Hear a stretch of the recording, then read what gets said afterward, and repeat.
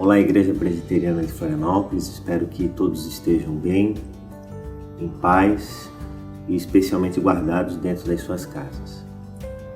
Os tempos são difíceis, tempos de exceção, tempos que exigem de nós esse resguardo, esse momento de ficarmos mais dentro de casa, cuidando uns dos outros, especialmente do nosso corpo, que é templo do Eterno.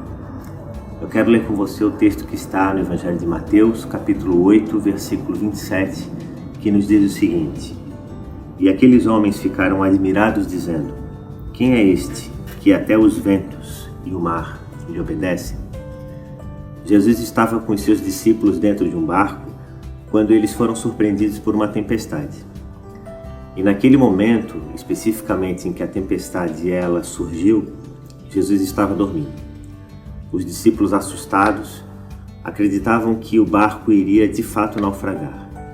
E de repente, acordaram espantados, assustados, Jesus dizendo: Senhor, o Senhor por acaso não se importa que estejamos aqui a perecer?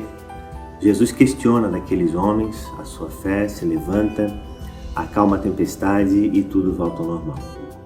É interessante a gente perceber que mesmo quando Jesus está dentro do barco, as tempestades elas também podem surgir de alguma forma na nossa vida e ao nosso entorno.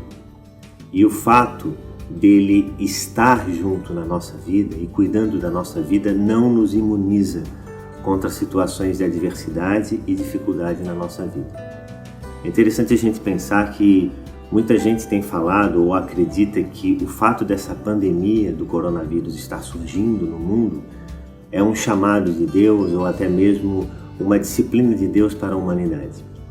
Mas todo esse levante em relação a esse vírus que tem surgido no mundo tem muito mais a ver com a nossa vida, tem muito mais a ver com a maneira como a humanidade nesses últimos tempos tem vivido, de forma irresponsável, não usando bem os seus recursos naturais, extremamente autocentrada, preocupada consigo mesmo, uma sociedade egolátrica.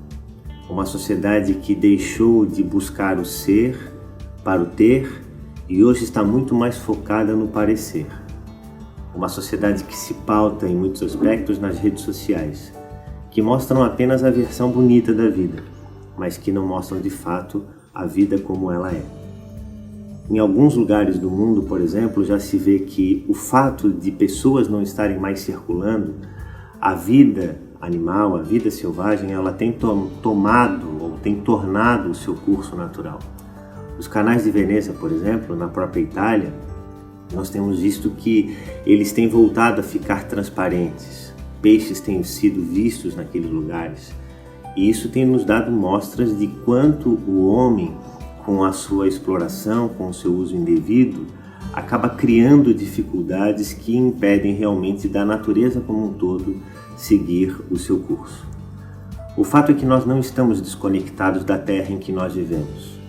Nós fomos criados a partir dela, e o livro de Gênesis nos mostra isso com propriedade, quando fala que Deus, o Eterno, criou todas as coisas a partir do nada, e que em cada dia que ele criava determinada coisa, ao final desse dia ele via que aquilo era bom.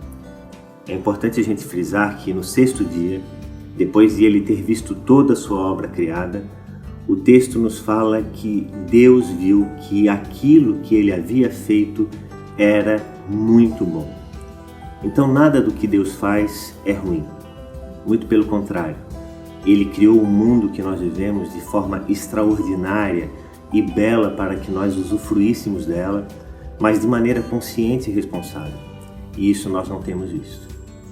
O que acontece é que, de forma muito mais assintosa, a humanidade acreditou que o seu maior inimigo poderia ser a existência ou surgimento de uma catástrofe em termos assim de guerra mundial, por exemplo, como a que a gente viu no início do ano entre Estados Unidos e Irã, quando duas nações extremamente potentes em termos de armamento bélico ficaram ali de forma muito próxima de iniciarem uma grande guerra em proporções até mundiais. Tanto que em uma rede social, o termo Terceira Guerra Mundial ele ficou durante vários dias como sendo a mensagem mais falada a palavra mais dita nela. Interessante que aquele conflito passou, os ânimos foram acalmados e meses depois um maior inimigo, um inimigo invisível, um inimigo não humano, ele surge para colocar medo e espalhar o temor em toda a humanidade. É interessante que hoje nações inteiras se unem com o propósito de combater um inimigo que é invisível, que não é humano, mas que é transmitido através de seres humanos. A terra que nós vivemos é uma terra que está gemendo. É uma terra que, como disse o próprio apóstolo Paulo, lá na sua carta aos Romanos, capítulo 8, versículo 22, ele diz: porque sabemos que toda a criação a um só tempo geme e suporta angústias até agora. Esse é um tempo de reflexão profunda e necessária para nós que somos seguidores de Cristo.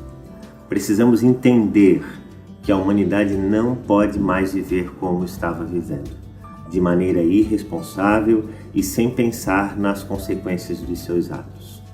Nunca um gesto único e simples, como por exemplo de lavar as mãos, foi tão necessário e tão importante para salvar vidas. A partir daí a gente pode ver o quanto o nosso papel, a nossa responsabilidade pessoal em todo esse processo, ela é tão necessária e tão importante. Assim como lá em Mateus capítulo 8, versículo 27, Jesus esperava que os seus discípulos tivessem fé e fossem determinados diante da tempestade que surgia. Eu não tenho dúvidas de que se Deus hoje espera de nós algo, é que tenhamos fé. E que acima de tudo compreendamos a nossa responsabilidade e qual é o nosso papel em todo esse contexto.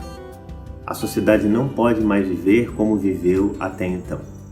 Nós precisamos rever a forma como administramos o nosso tempo, como vivemos em família, e por isso estamos em quarentena, tendo que rever a questão de alimentação, como usar os recursos, de encontrar coisas para fazer dentro da nossa casa, especialmente para aqueles que têm filho pequeno, usar a criatividade e criar mais tempo de convívio e conexão dentro dos nossos lares. A vida, ela só faz sentido quando nós podemos vivê-la em comunidade. E o Eterno nos criou para vivermos assim. Como igreja não estamos juntos fisicamente, mas estamos juntos em oração, na convicção, esperança e fé. Estamos afastados durante um tempo por uma necessidade, mas uma necessidade que certamente em breve vai passar. O Evangelho não nos ensina o medo, muito pelo contrário, ele diz que o amor lança fora o medo. E eu gostaria de, nesse momento, pedir a Deus que abençoe a sua vida, que Deus derrame graça sobre você. Vamos orar. Ó Deus de amor, de graça e de misericórdia, cuida da nossa vida, cuida da nossa casa, nos dá saúde, ó Deus, e acima de tudo consciência sobre como devemos agir nesses tempos tão difíceis. Abençoa, ó Deus, aqueles que se acham abatidos, aflitos, enfermos, ó Deus, por esse momento, por esse mal, ó Pai, que surge nesse mundo tão belo e tão majestoso que o Senhor criou. Nos ajuda, ó Pai, a compreender o nosso papel e a nossa responsabilidade nesse mundo enquanto somos pessoas com os pés no chão da existência. Derrama a Tua graça e a Tua bênção sobre nós. É a nossa oração em nome de Cristo Jesus. Que a graça do Senhor Jesus, o amor de Deus, o nosso eterno amado Pai, seja com todos vocês. Amém.